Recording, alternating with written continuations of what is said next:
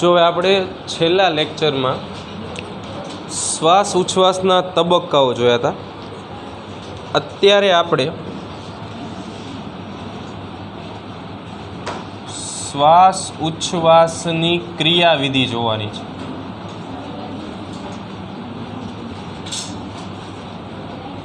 એ પણ step by step.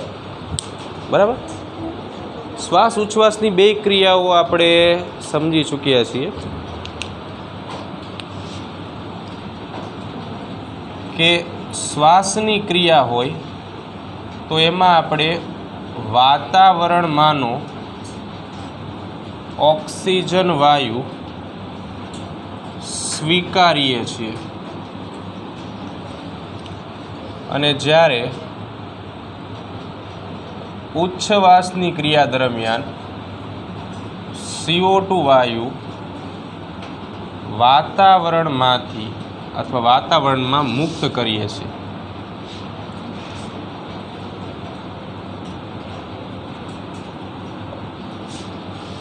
આ બે પ્રોસેસ આપણે સમજવાની છે. બરાબર. અહીંયા આપણે તબક્કાઓ બેયના લખશું. શ્વાસ ઉચ્છ્વાસ. તો આપણે આગળ ભણી ગયા છીએ કે બે પ્રક્રિયાઓનો સમન્વય છે. એમાં પહેલા નંબર ઉપર શ્વાસ વિશે વાત કરશું, બીજા નંબર ઉપર ઉચ્છ્વાસ વિશે વાત કરશું. હવે શ્વાસ ઉચ્છ્વાસની ક્રિયાવિધિ જે છે ક્રમબદ્ધ પ્રક્રિયા છે. ક્રમબદ્ધનો અર્થ એવો થાય પહેલાં શ્વાસ પછી ઉચ્છ્વાસ, ફરી શ્વાસ ફરી ઉચ્છ્વાસ. બરાબર. આ પ્રક્રિયા જે છે ચેતાતંત્ર દ્વારા નિયમિત હોય. ચેતાતંત્ર મગજ જે છે એ આ પ્રક્રિયા ઉપર અસર કરતું હોય, પ્રક્રિયાને નિયમિત બનાવે, ક્રમબદ્ધ બનાવે. એટલે કે શ્વાસ પછી ઉચ્છ્વાસ જ આવવો જોઈએ. બરાબર. આપણે છેલ્લે ભણશું કે 1 મિનિટમાં 12 થી 16 વખત આપણે શ્વાસ ઉચ્છ્વાસ કરીએ છીએ. તો એ રેશિયો જે છે રેટ એને જાળવી રાખે. હા, આ સામાન્ય પરિસ્થિતિ માટે હોય. કદાચ તમે અસામાન્ય પરિસ્થિતિ કરો છો, એટલે કે દોડો છો, ઝડપથી ભાગો છો, ઝડપથી કસરત કરો છો અથવા તો કૂદો છો, તો એ દરમિયાન તમારા શરીરના કોષોને ઓક્સિજન વધારે જોઈએ. તો એ દરમિયાન આ રેશિયો જે છે એ વધી શકે. બરાબર. તો શ્વાસ અને ઉચ્છ્વાસની અંદર બંનેના તબક્કાઓ આપણે સમજવાના છે. એકના તબક્કા આવડે ને તો એના ઉપરથી બીજા તબક્કા આવડે. આપણે આના પહેલાંના લેક્ચરમાં વાત કરેલી હતી કે અહીંયા પ્રસરણ થાય છે એવું આપણે ભણ્યા હતા. બરાબર. વાયુનું વહન જે છે ઓક્સિજન અને CO2 એટલે કે આ વાયુઓ પ્રસરણ દ્વારા વહે છે અથવા તો બદલાય છે. હવે સૌથી પહેલાં શ્વાસ ક્યારે થાય છે એની આપણે વાત કરી તો જ્યારે બાહ્ય વાતાવરણમાં ઓક્સિજનનું દબાણ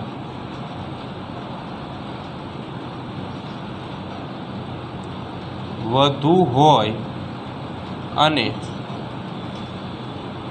ફેફસામાં ઓક્સિજનનું દબાણ ઓછું હોય ત્યારે વાતાવરણમાંથી ઓક્સિજન વાયુ શરીરમાં પ્રવેશે છે. શરીરમાં પ્રવેશે છે. બે શબ્દ દેખાય છે PO2. બરાબર. PO2 જે છે PO2 એનું આખું નામ થાય પ્રેશર ઓફ ઓક્સિજન એટલે કે ઓક્સિજનનું દબાણ. આપણે જો ખબર હોય તો આના પહેલાંના લેક્ચરમાં એવું સમજાવ્યું હતું કે અહીંયા આપણે પ્રસરણ એની વ્યાખ્યા આપણે સમજાવી હતી કે વધુ સાંદ્રતાથી ઓછી સાંદ્રતા તરફ વહનને પ્રસરણ કહીએ. આપણે એવું કીધું હતું કે વાત આપણે જ્યારે વાયુની કરતા હોય. બરાબર. અહીંયા આપણે મતલબ ઓક્સિજન અને CO2 થી છે તો એમની કોઈ સાંદ્રતા ન હોય એટલે એમની સાંદ્રતા એમનું દબાણ હોય, પ્રેશર. તો અહીંયા PO2 એટલે કે ઓક્સિજનનું દબાણ. તો હવે જો અહીંયા આપણે એક મુદ્દો સમજવાનો છે. ધારી લો કે આ બાહ્ય વાતાવરણ છે. અને આ તમારા ફેફસાના અંદરનું વાતાવરણ છે, એટલે અહીંયા આપણે લખી અંતઃ વાતાવરણ, બરાબર. આ બંને વચ્ચેનું પટલ એમ, અથવા તો આવરણ એમ. હવે તમને એવું કીધું કે બાહ્ય વાતાવરણમાં ઓક્સિજનનું દબાણ વધારે હોય, એટલે અહીંયા હું લખું છું PO2 અને ઉપર એરો છે.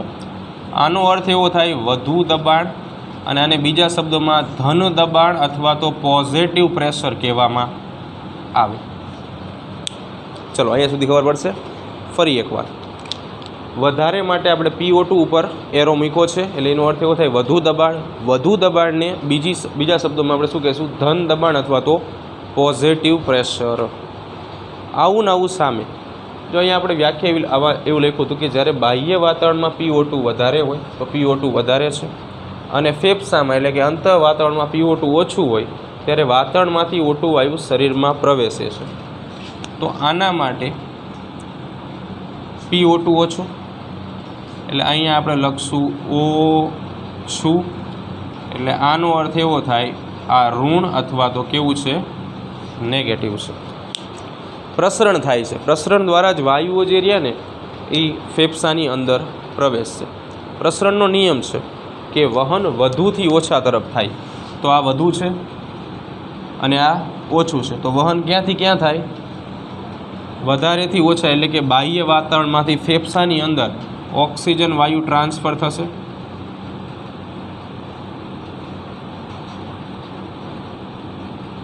જુઓ તો ખ્યાલ આવશે અહીંયા સુધી. હવે ફરીવાર આના આધારે આપણે લખાણ યાદ રાખવું. જો આ તમારે લખવાનું નથી, આ ખાલી સમજાવવા માટે લખ્યું છે, એક્ઝામમાં કોઈ લખવાનું નથી, બરાબર. આ સમજવા માટે ફેરબુકમાં લખવું હોય તો લખી શકો છો. જ્યારે બાહ્ય વાતાવરણનું દબાણ વધારે હોય અને અંતઃ વાતાવરણનું દબાણ ઓછું હોય તો દબાણના તફાવતના કારણે પ્રસરણની ક્રિયા થાય છે, જેમાં ઓક્સિજન વાયુનું પ્રસરણ બાહ્ય વાતાવરણમાંથી ફેફસામાં જાય છે. એટલે કે બાહ્ય વાતાવરણમાંથી ઓક્સિજન ફેફસામાં પ્રવેશે છે, અને આ પ્રક્રિયાને આપણે શ્વાસ કહીએ છીએ. ત્યારે વાતાવરણમાંથી ઓક્સિજન વાયુ શરીરમાં પ્રવેશે છે. આ ક્રિયાને શ્વાસ કહે છે. ચલો અહીંયા સુધી કેટલાને ખબર નહીં પડે? બધાને ખબર? સરસ. ચલો હવે ઓક્સિજન વાયુ શરીરમાં દાખલ થાય છે, ફેફસામાં દાખલ થાય છે, ઇન શોર્ટમાં, બરાબર. ફેફસા ફુગા જેવી રચના છે, ખાલી ફુગો વિચારો. હવે ખાલી ફુગો જે છે, બરાબર, નાના એવા કદનો હોય. તમે એની અંદર હવા ભરો છો તો એનું કદ શું થાય? વધે, બરાબર. ફુગો હોય ને એનું કદ વધે જ, તે હવા ભરો ને તો, બરાબર. એવું જ આપણે ફેફસા ફુગા જેવી રચના છે. ફેફસામાં તમે ઓક્સિજન દાખલ કરશો ને એટલે એનું કદ જે છે એ વધશે. એટલે શ્વાસ દ્વારા ઓક્સિજન વાયુ દાખલ થવાથી ફેફસાનું કદ વધે છે. ફેફસાનું કદ અહીંયા અગ્ર પશ્વ બાજુએ વધશે, અથવા વક્ષ અગ્ર બાજુએ, એ અગ્ર પશ્વ બાજુ. ફેફસા આ રીતે છે શરીરમાં.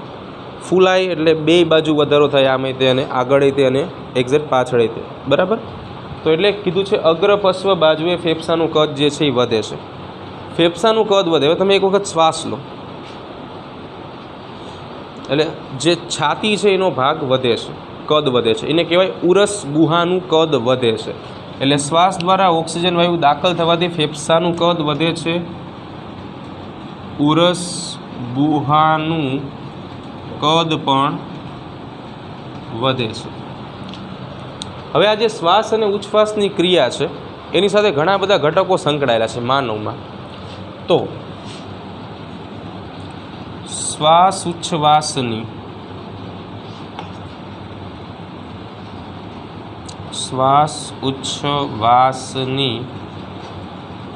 ઘટના સાથે ઉરોદર પટલ ફેફસા, આંતરપાસળી સ્નાયુઓ, ઇન્ટરકોસ્ટલ મસલ્સ, અંડરલાઈન કરી નાખજો. આને ઘણી વખત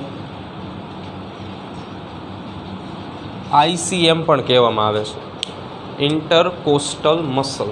બરાબર, આંતરપાસણી સ્નાયુઓ અને પાસણી પિંજર અંશતો, આ બધા ઘટકો મહત્ત્વની ભૂમિકા ભજવે છે.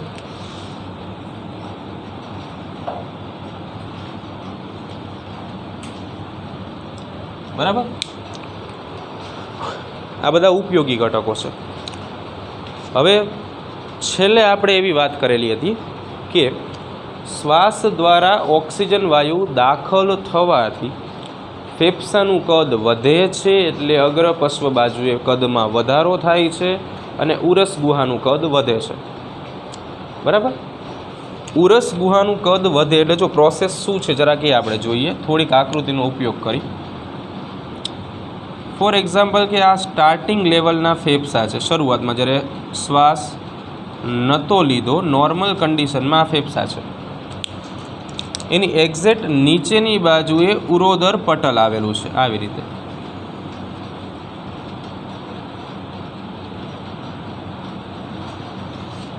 હવે તમે શું કરો છો? શ્વાસ લો છો. જે મુજબ આપણે વાત કરી કે શ્વાસ લેશું એટલે ફેફસાનું કદ વધશે. બરાબર, એટલે શ્વાસ આવી રીતે લેવાય છે. ચાલો, ઓક્સિજન ઓક્સિજન ઓક્સિજન અહીંયા.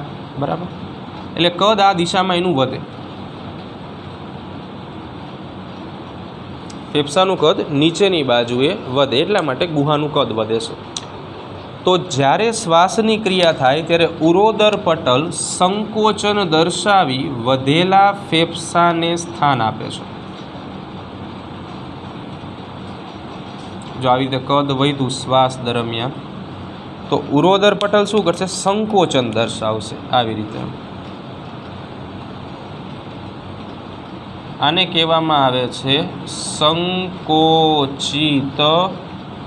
ઉરોદર પટલ, જે તમને માત્ર શ્વાસની ક્રિયા દરમિયાન જોવા મળે.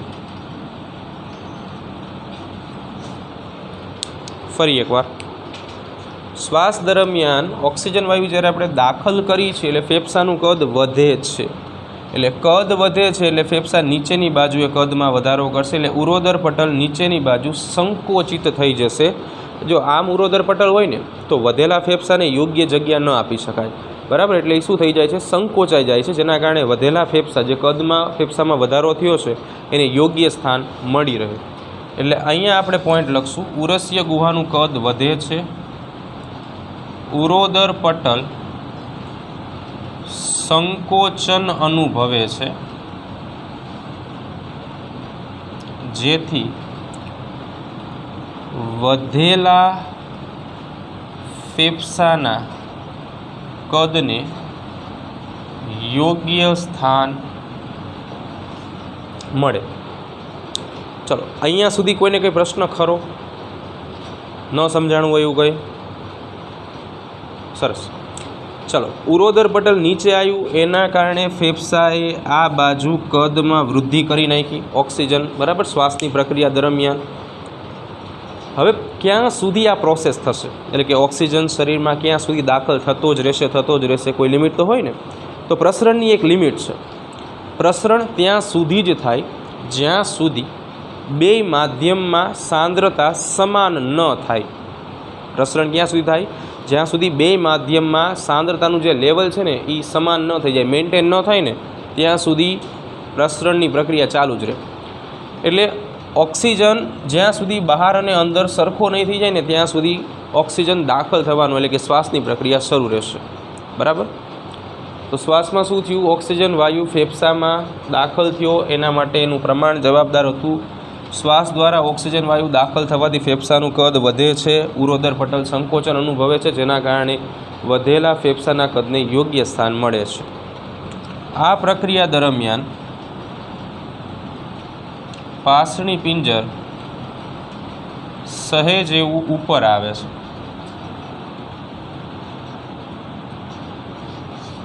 તો ઉરોદર પટલ સંકોચિત થાય છે તો એ સંદેશાઓ કોણ આપે છે? મગજ. મગજની અંદર લંબ મજ્જા હોય. અહીંયા લંબ મજ્જામાં શ્વાસ અને ઉચ્છ્વાસના કેન્દ્રો આવેલા હોય. બરાબર. આ લંબ મજ્જાની અંદરના કેન્દ્રો જે છે એ ઉરોદર પટલના સ્નાયુઓ, આ એક સ્નાયુમય પડદો છે, એ સ્નાયુઓને યોગ્ય સંદેશાઓ આપે સંકોચન વિકોચનના, અને એ શ્વાસ અને ઉચ્છ્વાસને લક્ષીને હોય. ચલો અહીંયા સુધી હવે કોઈને પ્રશ્ન નહીં? સરસ. હવે જો ઉચ્છ્વાસની વાત કરી તો આ જ તે. હવે અહીંયા જે આપણે પૂર્ણાહુતિ કરી હતી ત્યાંથી શરૂ કરવાનું છે. જો આ સંકોચિત ઉરોદર પટલ હવે મૂળ સ્થાને આવે છે. અહીંનું મૂળ અવસ્થા.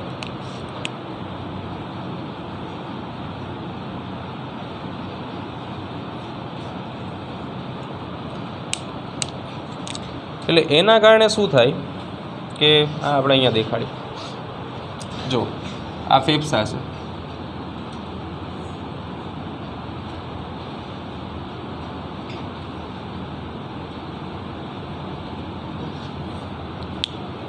ઉરોદર પટલ આવી રીતે મૂળ સ્થાને આવે છે એટલે એને કહેવામાં આવે શિથિલન પામે. તો આવી રીતે આ ઉરોદર પટલ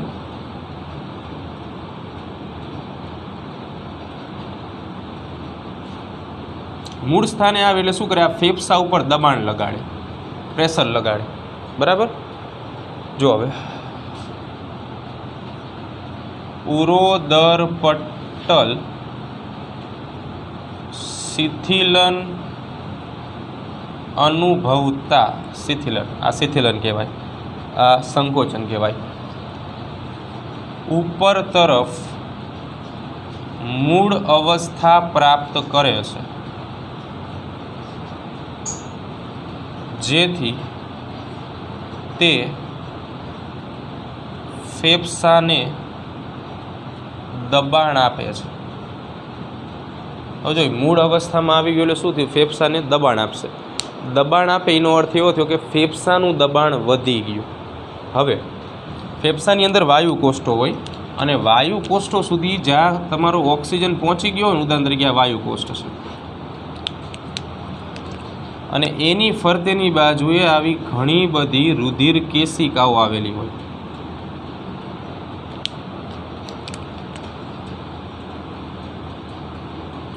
આ વાયુ કોષ્ઠ અને આ રુધિર કેશિકાઓ. કેશિકાઓનો અર્થ એવો થાય માથાના વાળ જેવી પાતળી રુધિર વાહિનીઓ હોય, જેને રુધિર કેશિકાઓ કહેવાય.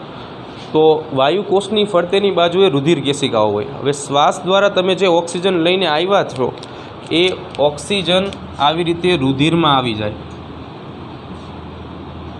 અને એની સામે કોષોની નિપજથી ઉત્પન્ન થયેલ કાર્બન ડાયોક્સાઇડ જે છે એ કાર્બન ડાયોક્સાઇડ એ વાયુ કોષમાં પાછો વયો જાય, જે ઉચ્છ્વાસ દ્વારા બહાર કાઢવાનો છે. એટલે કે જેટલી પણ રુધિર કેશિકાઓ છે એ બધો CO2 વાયુ કોષ્ઠમાં ઠાલવશે. હવે અહીંયા દબાણ મળે છે. દબાણ મળવાના કારણે શું થાય કે હવે પ્રેશર જે છે એ બે બાજુ બદલાશે. એટલે કે આ બાહ્ય વાતાવરણ અને આ અંતઃ વાતાવરણ, એટલે ઇન શોર્ટમાં ફેફસા, આ બે વચ્ચે. તો ફેફસા જે છે અત્યારે ફેફસામાં PCO2 જે છે એ વધારે છે, અહીંયા PCO2 ઓછું છે, એટલે અહીંયા આવે ઓછું. બીજા શબ્દોમાં આપણે એને કહીએ ઋણ અથવા નેગેટિવ. અહીંયા આવે વધુ, બીજા શબ્દોમાં કહેવાય ધન અથવા તો પોઝિટિવ. બરાબર. PCO2 pressure of carbon dioxide, PCO2 pressure of carbon dioxide, એટલે CO2 નું દબાણ. તો જો CO2 નું દબાણ જે છે એ અહીંયા વધારે છે ને અહીંયા ઓછું છે, એટલે કે ફેફસામાં વધુ અને વાતાવરણમાં ઓછું. પ્રસરણની પ્રક્રિયા વધુથી ઓછા તરફ થાય એટલે ફેફસામાંથી કાર્બન ડાયોક્સાઇડનો જથ્થો જે છે એ વાતાવરણમાં બહાર નીકળશે, બરાબર. દબાણ આપે છે આથી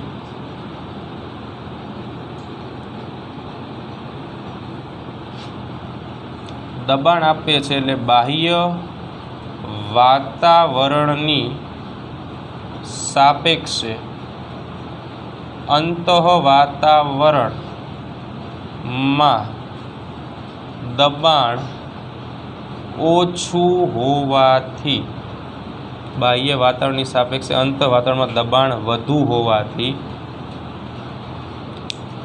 કાર્બન ડાયોક્સાઇડ એ ફેફસામાંથી વાતાવરણમાં મુક્ત થાય છે, જેને ઉચ્છવાસ કહે છે. બાહ્ય વાતાવરણની સાપેક્ષે અંતઃ વાતાવરણમાં દબાણ, કોનું દબાણ? PCO2. PCO2 એટલે pressure of carbon dioxide. Carbon ડાયોક્સાઇડનું પ્રમાણ વધારે હોય એટલે એના કારણે શું થાય કે બહારની બાજુની સાપેક્ષે અંદરની બાજુ વધુ પ્રમાણ છે દબાણ, તો વધુથી ઓછી સાંદ્રતા તરફ જ વહન થવાનું છે. એટલે કે CO2 જે છે એ અહીંયાથી અહીંયા આવે. અહીંયા સુધી કેટલાને ખબર નહીં પડે? બધાને ખબર પડશે. જો ફરી એકવાર જોઈ, નોર્મલ કન્ડિશન શ્વાસની પ્રક્રિયામાં આવું થાય. ઉચ્છ્વાસ વખતે સૌથી પહેલાં ઉરોદર પટલ જે ઓલરેડી ઘુમ્મટ આકારનું છે, આપણા પહેલાં લેક્ચરમાં ભણ્યા, એ પોતાની મૂળ અવસ્થા પાછી ધારણ કરી લે, જેને આપણે કીધું શિથિલન અનુભવે, બરાબર. એટલે આ દબાણ બંને ફેફસા ઉપર લગાડે, બરાબર. એટલે ફેફસાને દબાણ આપશે. શ્વાસની પ્રક્રિયા દરમિયાન વાયુકોષ્ઠની અંદર પ્રવેશેલો ઓક્સિજન વાયુ રુધિર કેશિકાઓ દ્વારા સ્વીકારવામાં આવે અને રુધિર કેશિકાઓ આખા શરીરમાંથી જે કંઈ CO2 કાર્બન ડાયોક્સાઇડ લઈને આવી હોય એ આની અંદર ઠાલવવામાં આવે વાયુકોષ્ઠની અંદર, બરાબર. એટલે વાયુકોષ્ઠો શ્વાસની પ્રક્રિયા બાદ માત્ર કાર્બન ડાયોક્સાઇડથી ભરાયેલા હોય, એવામાં ઉરોદર પટલ એને પ્રેશર આપે છે, દબાણ આપે છે, જેના કારણે શું થાય કે ફેફસાની અંદરનું જે દબાણ છે એ વધી જશે. એટલે PCO2 અંદરની બાજુ વધે અને બહારની બાજુ ઘટે, એટલે વધુથી ઓછી સાંદ્રતા તરફ અહીંયાથી અહીંયા તરફ શું થાય? કાર્બન ડાયોક્સાઇડનું વહન થાય. પડશે ખબર અહીંયા સુધી? હવે જો અહીંયા શું લખ્યું હતું? શ્વાસ દ્વારા ઓક્સિજન વાયુ દાખલ થવાથી કદ વધે, એટલે કે અગ્રપાર્શ્વ બાજુએ. શ્વાસ દરમિયાન ફુફ્ફુસીય ગુહા અથવા તો એને કહેવામાં આવે ફુફ્ફુસીય કદ, સીધું કદ જ લખી. ફુફ્ફુસીય કદમાં જે વધારો થયો હોય છે તે ઉચ્છવાસ દરમિયાન સામાન્ય બને છે.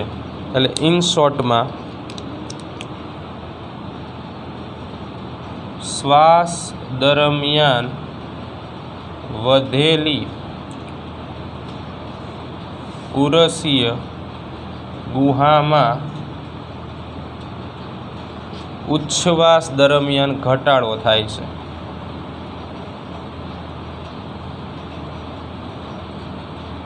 જો પ્રેક્ટિકલી પોઈન્ટ છે, તમે શ્વાસ લો છો તો જે ઉરસીય ગુહા વધેલી છે એમાં શું થઈ જશે? ઉચ્છ્વાસ દરમિયાન ઘટાડો થઈ જશે, બરાબર. ઉરસીય ગુહાનું કદ વધે છે તો સામે ઘટે છે. હવે આના ઉપરથી બીજા પોઈન્ટ લખવાના છે. ઉરોદર પટલ સંકોચન અનુભવે છે, સામે શિથિલન અનુભવે છે, એટલે વધેલા ફેફસાને યોગ્ય કદ આપે છે. તો આવી રીતે શ્વાસ અને ઉચ્છ્વાસ આવો સિક્વન્સ ચાલે. પાછળની બાજુ 2 MCQ છે, એમાં પહેલાં MCQ છે અંડરલાઇન કરો. પુખ્ત વ્યક્તિ જે છે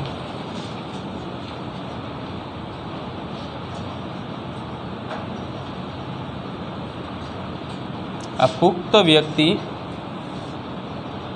1 મિનિટમાં 12 થી 16 વખત શ્વાસ ઉચ્છ્વાસ કરે છે.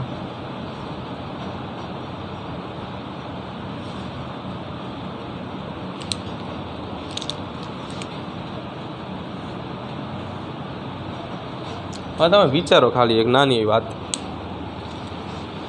કદાચ તમને પ્રશ્ન આવો પૂછ્યો હોય કે એક પુખ્ત વ્યક્તિ 1 મિનિટમાં કેટલી વખત શ્વાસ લે છે,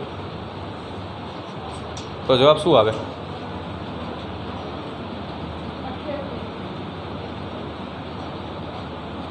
ફરીવાર, પુખ્ત વ્યક્તિ 1 મિનિટમાં કેટલી વખત શ્વાસ લે છે?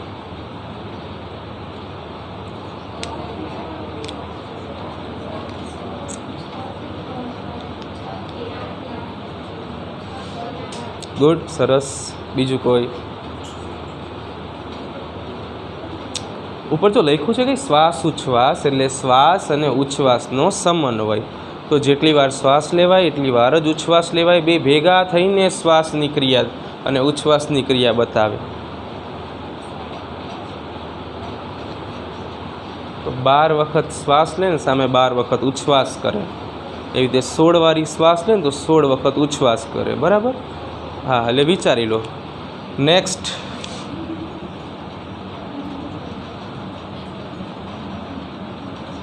શ્વાસ ઉચ્છ્વાસની માપણી માટે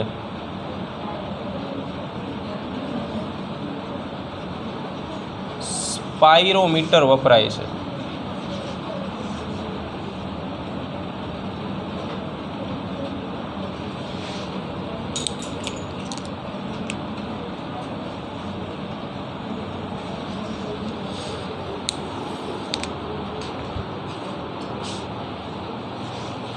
જો ટેક્સ્ટ બુકમાં તમને 2 આકૃતિ આપી છે, બરાબર?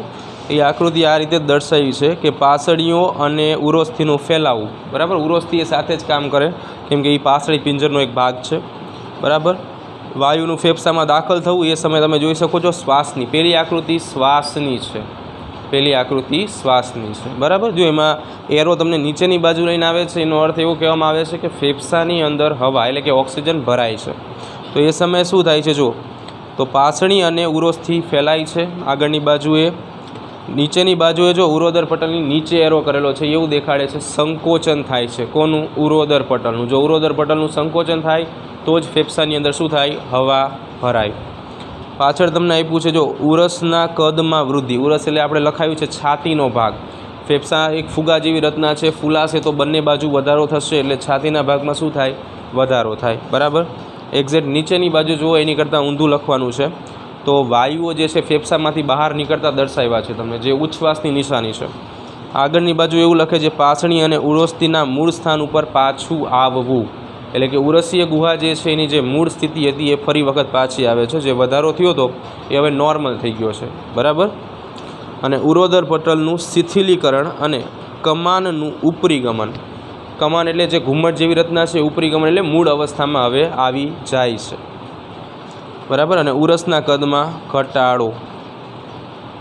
ચલો, જો પોઝિટિવ નેગેટિવમાં ખબર પડી જશે ને. હવે ધન હોય તો પોઝિટિવ, ઋણ હોય તો નેગેટિવ. કદાચ એવો પ્રશ્ન અહીં પૂછાય તો જો આવી રીતે ઓક્સિજનનું વહન હોય તો એ બાહ્ય વાતાવરણમાંથી